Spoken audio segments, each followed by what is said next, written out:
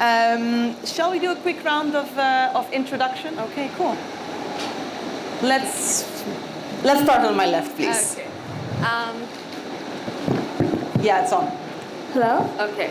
I'm Aruba Khatija, and I'm the junior interior designer at Bishop Design. We at Bishop Design, we pioneer in mainly hospitality and a lot of F&B as well. We believe in standing out from the crowd, thinking out of the box, and that's the result of the stage. Thank you so much. We are so happy to have you here. Tini? Hi, my name is Tini. I'm from Interior 360. We do custom furniture for hotels and restaurants, and that's how we collaborate with Bishop Design. Hello guys, my name is Amit and I'm from OK Middle East. We do events production since 2010, whether it's Dubai, Saudi, we get it done. Thank you. Thank you. If I'm not mistaken, you've also done the Dubai stage, right? Yes, that's right. That was also a nice one. Thank you. Hello. Hi, everyone. I'm Angela. I'm from Studio and Lighting. We're a lighting design consultancy.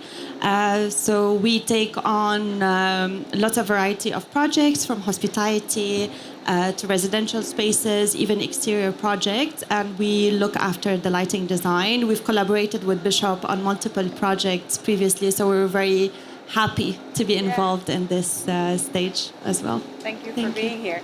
So I've prepared a whole bunch of questions. They were shared with you guys in advance. But before I dive into them, can you share a little bit about how this all came together? Where did it start? Like who? Okay, so I think Aruba definitely needs to start. Yeah, I have to start on this one. So basically, DMG, the events, Index came to us with a brief. They wanted something out of the box and something bold, something that explains Bishop Design, actually. And we were looking at what could our concept be. And that's when we came across this beautiful purple color that you see, which is Future Dusk. And it's the focus color of 2025. And when we think of Saudi Arabia, we think all about the future and innovation, as well as the traditional aspect as well. So we wanted to, blend it all together, and this is the result of the stage. So when we're coming across it, we worked a lot with Interior 360 for all of our custom furniture, won a lot of awards with them as well. So they were obviously our first choice, and even with Studio N as well, even for lighting consultant, we wanted something, as you can see in the tunnel as well, something a little more dynamic, as well as all around the stage seating. So they were the perfect consultants for us, and we immediately went to them, and we had a great collaboration along with OK Middle East as well. So DMG introduced us, and that's how we are here. So you're the one to put the band together. Yes. And then tell me a little bit about how that evolved then. Well, it started with a phone call from Aruba saying we need furniture, and really that's all that it took to get it done. Yeah.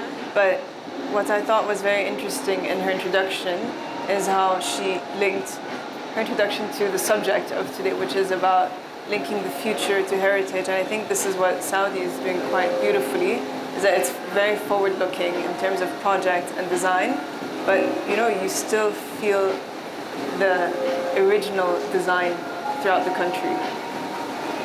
Thank you. Can I interrupt you for 1 second? Stay with me. My tech guys, can you please switch off the music that I'm hearing here, and can you put our microphones up? Because I reckon that for the audience it's very difficult to hear, right? Yeah. Can you do something about it? You're not playing that music. Okay, if you're not playing that music, can you then make us more loud so that people can hear us and not the music? Yeah? Please, thank you. Amit, sorry, go ahead. Again, the credit goes to Bishop Design, especially Aruba. She is too much passionate about the design, about the detail, how each element should look. So once DMG introduced us, thanks to DMG, to Bishop Design, and we saw the design, it was very challenging. Many of the items which you see, it's unique in itself. Apparently the dynamic arch, this is the highlight of the show. Even the color selection, you see there is multiple color on the arch. It's like a rainbow. So all this is from Bishop Design. We are the operation arms, you would say. That's the brain, and we are the body. That's it. Thank you. So the same for us. It started with a phone call from Aruba, but when we actually delved into the concept of the space, we were very, very keen to get involved because we truly believe that through lighting, you're capable of evoking emotions, like have an emotional connection to a space. So we were very keen to be involved. And I just would like to thank very much Letflex, who supported us on this project with such a short notice. They were able to provide, because we're a consultancy. So we came on board, we've, let's say, studied the concept together, we've analyzed the concept together, understood what we want to bring out of this space, but to actually have the products, Letflex were very supportive and they provided us with all the fittings, luminaire that you're seeing in the space. Can I ask a cheeky question? How important is it for each of you to develop this in particular for a platform like Index? I think, can we get this louder, please? So I think it's very important because Index is one of the biggest platforms where all designers can network and understand what is going on around the world as well. So being part of this is one of the biggest exposure even our firm can get. So we're very actually lucky and grateful for this opportunity as well. That's nice to hear. How's that for you, Tini? Like you have all these people using your product directly, right? So look, if it wouldn't be so important, I don't think we would have exerted all this effort to be here. What I think is interesting about Index is that it allows designers to see what's the latest trend, what are the new products out there.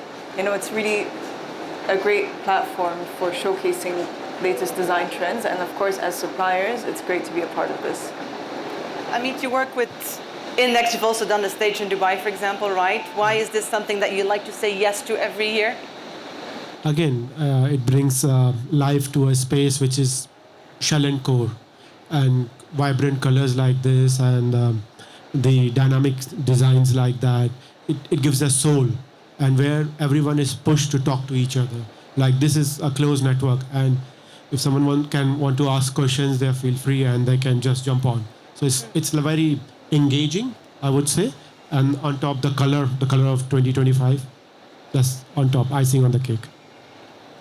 Thank you. So I would say as a consultancy, we don't usually get the chance to be showcased in such exhibitions in the region. So it is very nice to have the platform, the opportunity to show what we could do and what we believe in, but most importantly, Index and Index Saudi, with all the change that is happening in Saudi, the new developments, and as per the topic of this talk, the merge between the traditional and the modern, whether it is the heritage and the technologies that we have today. So we were very keen and very interested to take part in this. I couldn't be happier. I'm really glad that you guys have given us this space where we come together for a conversation, I think, to keep an ongoing dialogue in our industry, because it's our industry, it's what we make out of it, right? So thank you so much for that.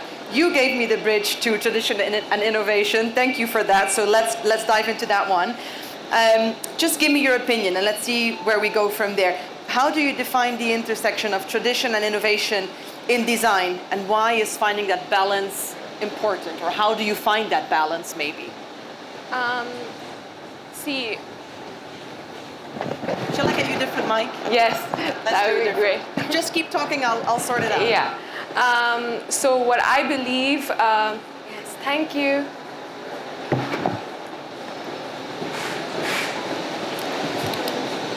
Hello?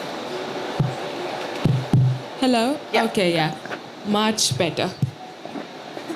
Okay. So what I believe, this intersection or this point of the transition is where established traditions, practices, methods meets with contemporary techniques, technologies, and ideologies. So this balance is very important even for a lot of projects and designs as well, because what I believe is maintaining tradition and culture is very important because it gives a sense of identity to a person. Culture is very self-sufficient in that way. So there's sense of sentimentality as well. So when you look at a design that represents your culture and you can see a touch of it in there, it resonates a lot more. But obviously the world is evolving, so you have to somehow get the tradition and the culture and all of that in as well. So that's why I believe that balance is very important. Tini, I wanted to ask you in your, thank you for that. I had a follow-up question, but we'll see where we go from there. Tini, I wanted to ask you in your day-to-day, how much do you stick with tradition, and are you challenged to constantly innovate, maybe by working with someone like Bishop Design, who constantly probably push the boundaries, the limitations of what you can actually produce? So how is that for you? So the design specs are getting more and more complicated every year.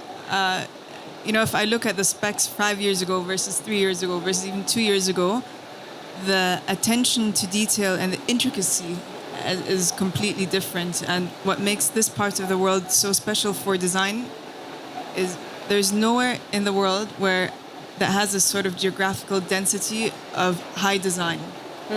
Every restaurant that you go to in this part of the world, I mean, not every, but most restaurants, have been beautifully designed. And it's not like they use the same chair, 100 pieces of it, and that's it. There's different fabrics, different finishes. Even the table that we're making these days are not just simple metal columns and a wooden top. It's so complex, and it's really possible because of the dialogue with the designers. So when we do custom furniture, the continuous feedback from the designer is super important, as well as checking with production what can and cannot be done. But I can definitely tell you that designs are getting more complex.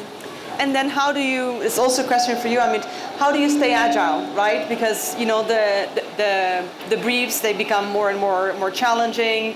How do you keep up delivering what people expect you to deliver? Again, we have a team for R&D. They keep going back to the market, look for new materials. What is the designer looking for? We come back with options. We give 4 options, 1, 2, 3, 4. If they select something, if they approve something, or they have a different feedback. And that's how step by step we take it forward.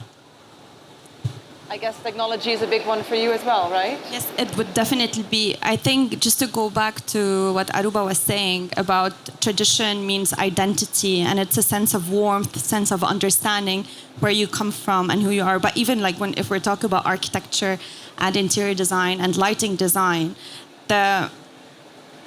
the way they used to be approached back then were actually very advanced in a way or another. I'll give you, for example, mashrabiyya, which is an element that we find a lot in like modernized traditional designs.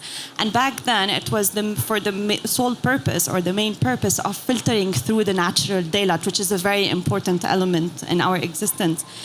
In today's designs, mashrabiyya still exists. So it's bringing this touch of the old, but at the same time with the new technologies that we have in terms of lighting, we're capable of integrating lights within this mashrabiyya, within that space, to replicate the behavior of the purpose of this architectural element for a better life for the user, because at the end of the day we design for the users. So this is, I think, very important. With the current technologies that we have in lighting, it is a bit risky, especially if we're talking about heritage projects that are existing and we are redesigning or re-elevating. We need to be very conscious of the impact of our changes on these buildings or these monuments or these elements of architecture. But with the current technologies such as LED, the products are very minimal, very small, very efficient, sustainable. So the balance is very important, and they actually, in my belief, they work perfectly together, the tradition and the modern as well. Yeah, I'd also like to add another point to that, is that when it comes to merging these two, I also believe that designs need to be timeless, like the mashrabiyya. It can be used, it was a perfect example to be used then, and it still can be used now. So that's also another thing I'd like to add on, and also a great point regarding the heritage building. how you have to maintain and how much you can redefine it as well. So yeah. I mean, heritage projects are a beast. Did you now switch off my microphone? No, I got one as well. So heritage projects, I was going to say, they're a beast in its own right. When we talk about tradition and culture, they foster a sense of belonging, right? But especially, I mean, we're in Saudi Arabia today. How do you strike a balance between creating a space that should create a sense of belonging not only for the people who are from here, but also for the people who are visiting? That's very much a design question. Yeah, it's a tricky one. But see, give me what you got. So what I believe you can do in that sense is play with materials. So use a material that can make sense worldwide. Let's say, for example, marble flooring. You can have a very cultural motif. Let's say Morocco. They have these Moroccan patterns, right? To make it more worldwide, I would say, is use marbles or stones in that Moroccan pattern, and then whoever is local over there, they still have that sense of sentiment, but it still looks classy and it still looks timeless at the end of the day. So it's very modern also. So not only are the Moroccan people gonna maybe be in touch with it, but the rest of them also, it looks very beautiful and pleasing to the eye. Do you have benchmarking your projects that you say, for example, this amount or this percentage of the work should tie in with the context narrative, or how do you find that? Actually, it depends, to be honest, because honestly, I believe that most projects, before and everything, it was like one or two of the projects we were just like, trying to blend in tradition as well. But now that's the main basis. So that's when we start our research with all of our research, what design elements we want to do. Actually, that's what we also follow in our office. So we delve in deeper into the culture. Let's say there's an Italian restaurant that we have worked on previously, and the head chef, he was really interested in this Italian director. So we did research on the director and on the director's mentality and not just his movies. And that's where we created elements of furniture and elements of design that could relate back to the Italian culture as well. It was a very deep dive into all of the research. So it's mainly research and art and culture as well. Tini, in your case, in which ways can you support designers in achieving a successful fusion of tradition and innovative elements? And so I'll give you a practical example. Please. Right now we're working on a hotel project with a designer, and whilst the designs are very contemporary, they've selected materials that you wouldn't see in traditional buildings. For example, they've chosen this avocado marble green that's pretty trendy. Then they're using rattan material, but they're not using it in a very traditional way. They're applying the rattan on products that usually wouldn't have rattan, and just the finishing and the detail is completely different from what you normally have, but the overall design idea is still quite traditional. That's interesting. Amit, any thoughts on that from your end? Again, it's the research team, the options. Again, we work on the materials. Sometimes we go back to sustainable materials.